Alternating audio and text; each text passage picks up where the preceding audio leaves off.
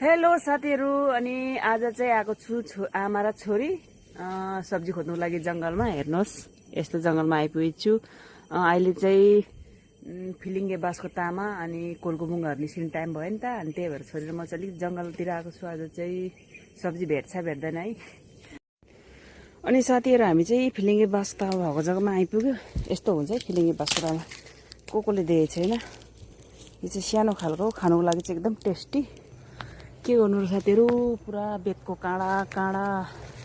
पुरा हातभरि घोचेर पुरा साह्रो पर्यो हेर यसरी निस्केको छ कसरी छ यसरी साह्रै छ हौ हेर न प्याङ्ग्रीको लत्ता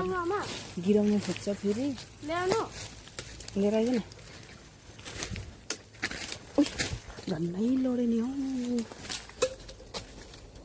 साथीहरु हामीले चाहिँ सोचेको थियौँ नि त फिलिङ्गे बाँसको तामा त उम्रेको छैन होला भनेर हेर न पुरा यति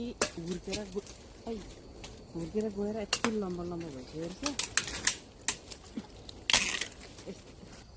अनि साथीहरु हामी चाहिँ फिलिङ्गे बाँस काटेर पनि यति थुपारिसक्यो यसलाई चाहिँ तासु जानेन भने नि त साथीहरु सबै टुक्रा टुक्रा हुन्छ नि त त्यही भएर यसलाई चाहिँ अचाना चाहिन्छ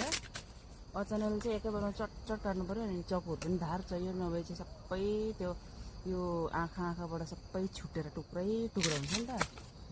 अचाना खोजेर नि यस्तो पो हुन्छ यसलाई त अचाना चाहिन्छ केहीले त अचाना खोजेर अनि हाम्रो चाहिँ अब भारी पुग्नु आँटिसकेको छ बेसी छैन है अब खानुको लागि त यस्तो हुँदैन हौ काठकोले न 3 जना छ छोराछोरी आमा यसको चाहिँ फेरि काउसाले त नभए साथीहरु काउसा कम्प्युटर छैन फेरि खानुको लागि चाहिँ दुःख पनि यसमा बेसी जान्छ ठुलो बाँसको तामामा चाहिँ अब ठुल्ठुलो हुन्छ 2-3 वटा छाक पुगिहाल्छ अनि यसको चाहिँ मसिनो हुन्छ नि त मेहनत पनि बेसी फेरि खानुको लागि टेस्टी पनि हुने छिटो खोज न हौ यसलाई त अचानक बेला हुँदैन सबै टुकिन्छ